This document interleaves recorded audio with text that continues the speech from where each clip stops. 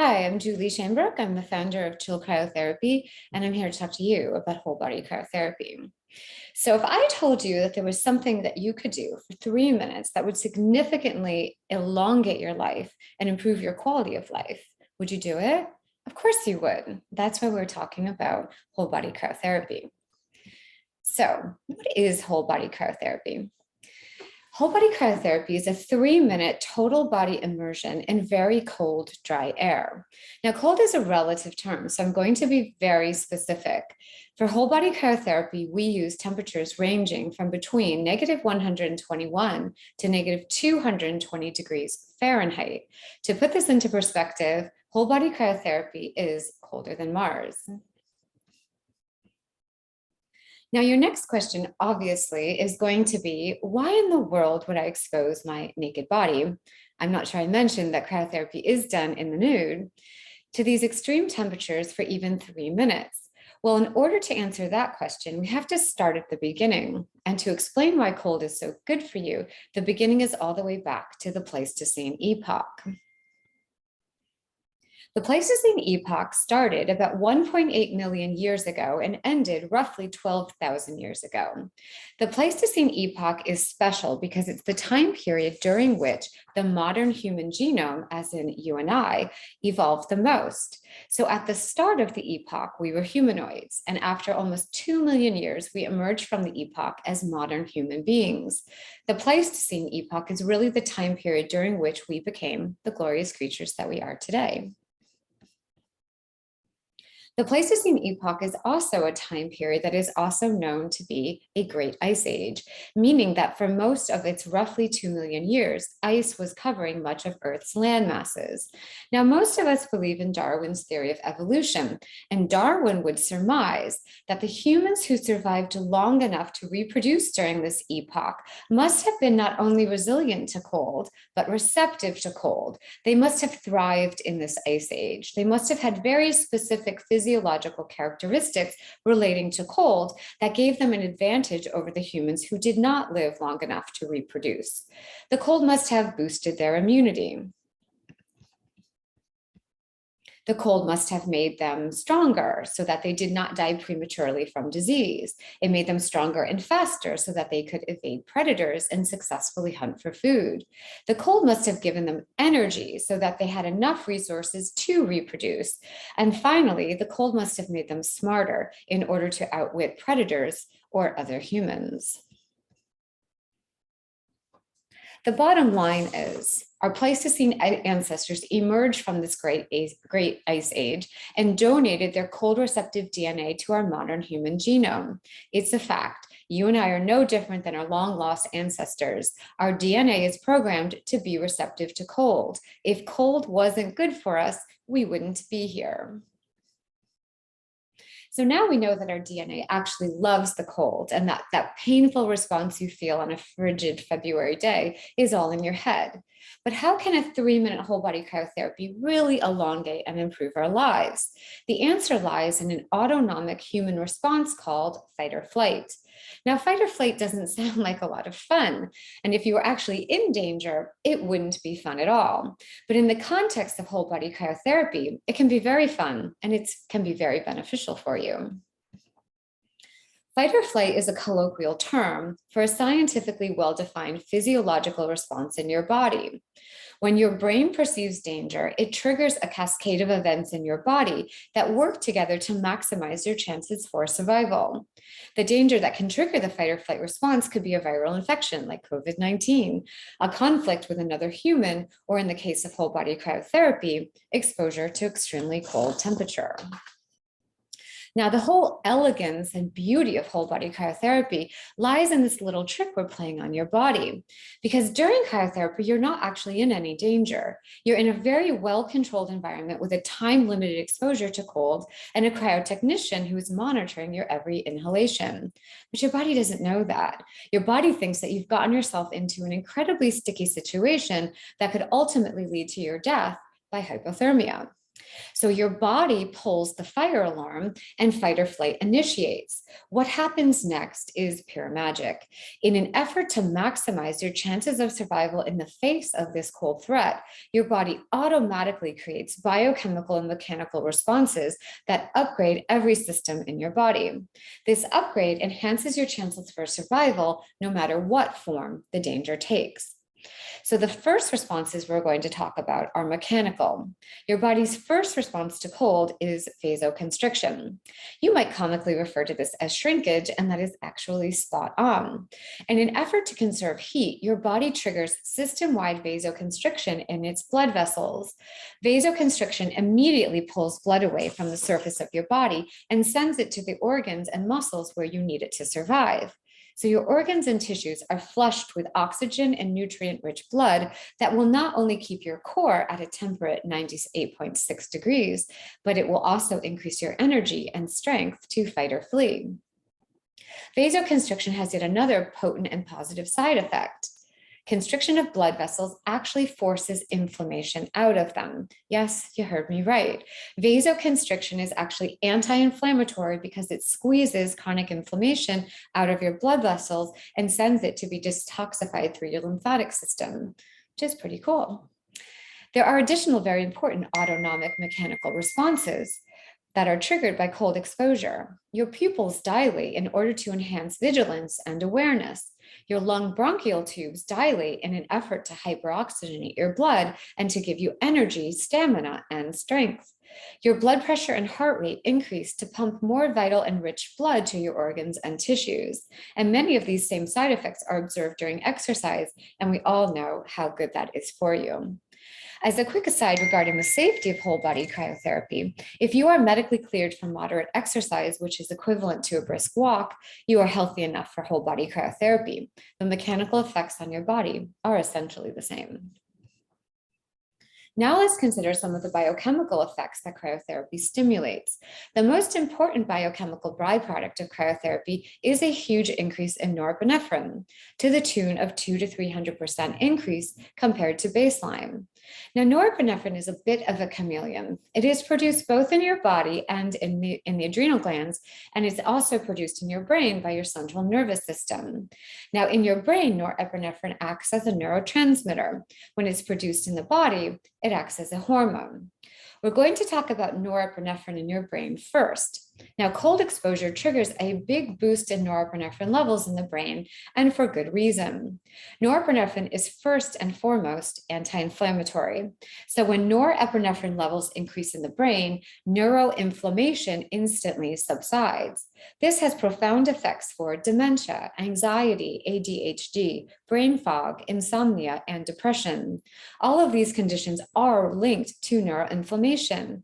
And if we circle back to our fight or flight discussion, your body is automatically programmed to increase brain norepinephrine in the face of danger because a clear head that is very focused on survival and is optimistic that it can defeat the enemy greatly increases your chances for survival.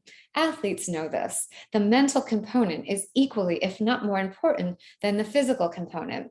As a result, norepinephrine and consequently whole body cryotherapy have been shown to relieve depression, equilibrate mood disorder, arrest and even reverse neurodegeneration, eradicate brain fog, and even insomnia due to its anti-neuroinflammatory effects. Pretty amazing. The second benefit of increased norepinephrine in the brain are its effects on synapses. Now, norepinephrine has been proven to regenerate synapses that have either atrophied or no longer exist due to aging and dementia. Whole body cryotherapy has actually been shown to produce new synapses and to strengthen existing synapses, which improves memory. Whole body cryotherapy is being trialed in the treatment of Alzheimer's, Parkinson's, and other neurodegenerative diseases. I have personally treated elderly patients with cryotherapy and observed the delay and even reversal of minor neurodegeneration. Having a good memory, a clear head, and optimism are certainly excellent tools if you're fighting for your life or if you're just trying to live a long and happy life. One last tidbit on norepinephrine in your brain. It's a well-known appetite suppressant. So while you probably think that you're going to be ravenous after whole body cryotherapy because it burns hundreds of calories, quite the opposite is true. 99% of our cryotherapy clients report significant appetite suppression after a minimum of 10 whole body cryotherapy treatments.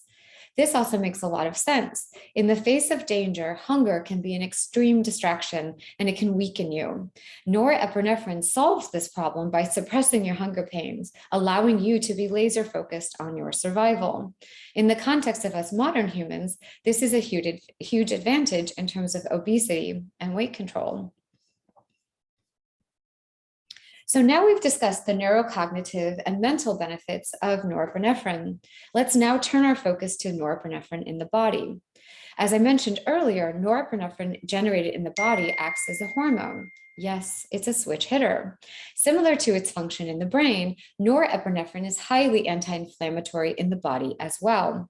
Now, this makes a lot of sense because if you were in an epic struggle to survive, lower inflammation would be a significant advantage. Any stiffness in your joints would be relieved. Your head would be clear, and even more importantly, any chronic pain you experience would be temporarily relieved. Norepinephrine is anti-inflammatory, but it also has analgesic properties. Many people use whole body cryotherapy to reduce chronic systemic inflammation and to reduce chronic debilitating pain. The best part is the more cryotherapy you do, the more permanent the anti-inflammatory and analgesic effects can become. So you can actually permanently get rid of pain and chronic inflammation with routine whole body cryotherapy. As an aside, in the case of all autoimmune disorders, whole body cryotherapy can significantly improve quality of life by reducing inflammation and pain. However, since autoimmune dysfunction cannot be reversed, whole body cryotherapy must be consistently administered to maintain its positive side effects. Whole body cryotherapy can temporarily lower inflammation and therefore relieve pain, but the cycle of autoimmune dysfunction means that the inflammation will always come back. Our most loyal clients are those individuals with autoimmune disorders because it improves their lives so much, but they must keep doing it. Now we're going to discuss some of the sexier sides of the sexier side effects of whole body cryotherapy. And these benefits are related to fat, weight loss, and muscle growth. Now we know that cold exposure triggers the fight or flight process, and part of that process is a 2 to 3-fold increase in norepinephrine in the brain and in the body. Now, in fat cells, norepinephrine acts as a signaling mechanism for a protein called UCP1. This UCP1 protein is currently the darling of the biohacking universe because it triggers mitochondrial biogenesis. Wait, what? This little protein that is found in fat cells is activated by norepinephrine and actually causes more mitochondria to grow in your fat cells. Why is this amazing? Well, mitochondria in your fat cells is how you burn fat. And the more mitochondria you have in your fat, the more fat you're going to burn, i.e. your metabolic rate increases. So when cold exposure increases norepinephrine, it also increases UCP1, which in turn increases the number of mitochondria in your fat tissue. The end result is that your fat metabolism increases significantly and you burn more fat. This process is called the browning of your fat. The evolutionary repercussions of this norepinephrine cascade with UCP1 protein is clear. More mitochondria in your fat cells means more heat, which is the same as more energy. And more heat prevents you from dying from hypothermia, but also more energy makes you stronger, smarter, and faster against all risk factors. For us modern humans, the browning of our fat tissue will not only elongate our lives, but it's also going to enhance the quality of our lives by making us leaner, more energetic, less susceptible to metabolic disorders, and frankly, more attractive to the opposite sex. Thank you, Darwin. Another benefit of the browning of your fat is cold resistance, which the more you engage in short-term cold exposure, like whole body cryotherapy, the more brown fat you have and the more heat you can generate when exposed to cold. Another quality of life improvement, especially for those who live in cold climates. Now, to round out all of the amazing physical benefits of cold exposure, we cannot we cannot forget about its effects on PGC1 alpha. So much like UPC1 protein, which we just discussed as contributing to the browning of our fat tissue, PGC1 alpha is a protein that is found in skeletal muscle. The bolus of norepinephrine from cold exposure triggers PGC1 alpha in the same way that it works for UPC1 in fat tissue. It immediately causes an increase in mitochondrial biogenesis. This uptick in mitochondria in skeletal muscle specifically promotes remodeling of muscle tissue that is more metabolically active and contributes more to fat burning. Additionally, more mitochondria in skeletal tissue makes you stronger, and your muscles will grow faster and better. In the context of our Pleistocene ancestors, this makes a lot of sense in terms of their survival. For us modern humans, it means that we have a metabolic uptick, burn more fat, and grow leaner, stronger muscle, which is a win-win-win situation.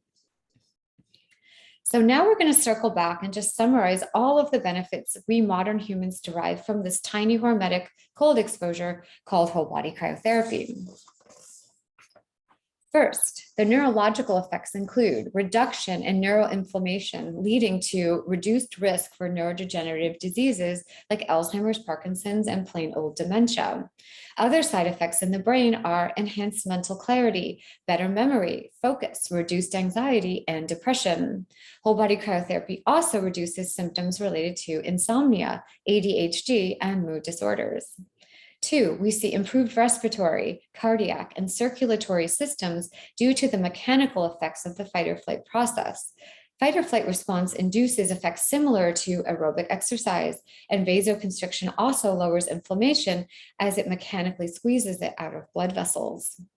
3, whole body cryotherapy is linked to a reduced risk for metabolic disorders like type 2 diabetes, obesity, and insulin resistance through its influence of norepinephrine on conversion of white fat to brown fat in the body. 4, we see boosted energy and metabolism due to cold exposure's effect on UPC1 protein and increased mitochondria in our fat tissue. 5, we see suppression of appetite leading to weight and fat loss. 6, we see suppression of autoimmune system symptoms due to cryotherapy's inherent anti-inflammatory and analgesic effects. And finally, we see reduction in 7, we see reduction in chronic system-wide inflammation that is often the building block for many diseases like cancer, type 2 diabetes, Alzheimer's, and more. 8, we see a drug-free reduction in chronic pain, which can become permanent with routine cryotherapy usage.